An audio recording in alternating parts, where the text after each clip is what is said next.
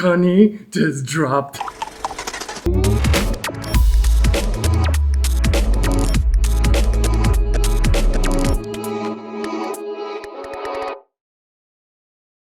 Hey guys, so this is going to be a really different kind of vlog. There's not going to be a lot of shots here and there, but I'm doing this because Kanye West has been an artist that I think the whole world knows about. He has made many questionable choices.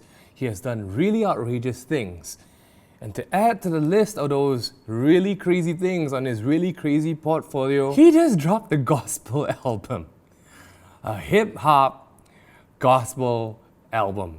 Full on Kanye West style. I'm already late to the party. I don't think I have like hip-hop street cred to like review and dissect hip-hop stuff. But I do want to at least weigh in some thoughts to what has happened because the world responds to everything Kanye does. So I've been watching the interviews, I've been reading the response that he's got since his album launched. I've listened to the album, like literally sat through it start to end. It blows my mind. So I'm gonna divide this video into a few sections, which if you look at the description box below, I'll give you the timestamps if you want to jump through. I'm gonna talk about number one, what I think about the album, number two, go through the songs, and number three, which is the main part of this video I really want to address, which is my personal view about this Christian album and about Kanye. And it has moved me enough to make this video, and hey, here we go. First thoughts. Jesus is king. I wouldn't have expected Kanye to name it anything less. And you gotta realize, guys, this is not like I'm from Hillsongs or Planet Shakers or like I'm a country Christian singer. This is Kanye freaking West. To put an album like this out in the open after everything he's done in life, this is a bold move. Easily mistakable. First thoughts are like, is this marketing? Is this a stint? Is this a publicity stunt? We don't know yet. I don't think we do. But is this real and is this personal? I will have to be fair and say we don't know that too. It might be true, it might be not. It is a straightforward album. My only thoughts were like, I have to listen to this. Just so you know, I'm not an avid Kanye West fan. I do respect him as a hip-hop artist. He's one of those artists that really perfects his craft. Like the way his sounds, the way he samples, the way he throws things into a verse, the way he writes, he's lyrical. I'm gonna do my best to blaze through the songs of the album as fast as I can. So here we go. Track 1. Title Every Hour. Feels like exactly like going into church, like stepping the doors, you hear the choir come up, and I think it's just a song of how much he needs God, or he wants to express like how much we need God every hour of the day. Track number 2 is called Selah. Now this stood out immediately because if you read the Bible, it is a musical term. It might be. Kanye is like preparing you for what the album is gonna sound like with this track. It's really his own praise to God. Like I said, Selah is actually a biblical term, and it's most found in the book called Psalms. He addresses very boldly in how in just a short span of time, Jesus Christ did the laundry when everyone was expecting Yandi. Now, Yandi was supposed to be Kanye's next album after Yeezus. I like that play on words. He also bars with the verses John 8:33 and John 8:36 because he knew when he was writing this song what the response to the album was gonna be like. He's literally telling the world, if God has told Kanye that Kanye is set free, he is. I'm gonna tell you throughout the album, he's done his Bible reading, guys. He has. He's flexing his Bible knowledge, and this album is a musical movement defining where he is right now in his own walk with God. Track 3 is titled Follow God, and it's all about the struggles. To me, this song just captures the tensions that Kanye feels going through this whole change he is literally sharing with the world. He doesn't lie about it. Like, his anger is real because he says when he's trying to do good, people don't see it, but the minute he does something out of line, boom, he is literally following it up with how much struggles he is facing following God. Let's move on. Track 4, titled Close on Sunday. And this is an interesting one. It's almost as if like Kanye is going up against all the laws and practices set down by Christianity. To be honest, which is probably what is causing him the most pain right now during this time. Only at this point because people are trying to come at him using his family as ammo. And Kanye is saying, yo, get off my porch. If I'm not even scared of the devil, I am definitely not scared of you. So he draws the line right there. Track 5, On God, really dedicates everything from his success, his pain, his mistakes, his joys. He holds God up. God's in control. God is his purpose. God is his teacher.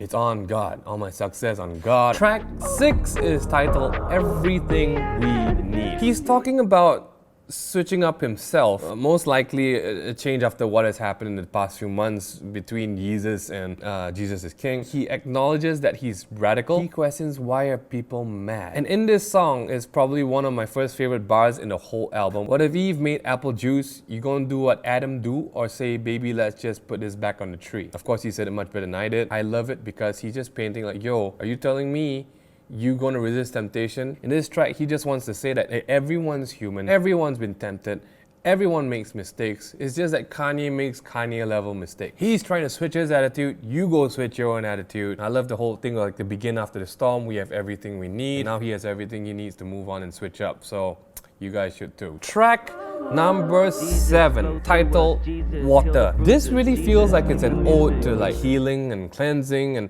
understanding the beauty after the pain. It is what the title says, guys. Water in the Bible is mostly used as a symbolic kind of gesture and tool for cleansing and dedication. And this track is literally Kanye's expression of it. So hey, hats off, moving on. Track 8, God Is. What a Kanye gospel song. You can almost hear this song being sung in church.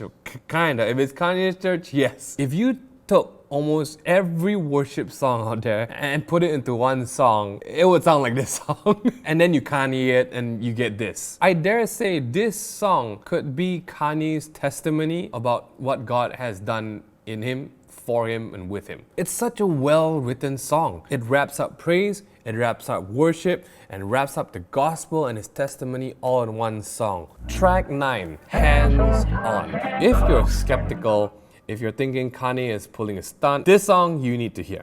Because this song was written for you. Kanye starts off the song with a personal declaration that he's told the devil he's done. Favorite lines, hands down, is when Kanye sings, "Don't throw me up, lay your hands on me, please pray for me." It's just so personal to say. I rarely even hear Christians say this. If you're a Christian and you're hating on it and you hear this line, I don't know how you can continue to judge him if someone is publicly asking for help. Track 10.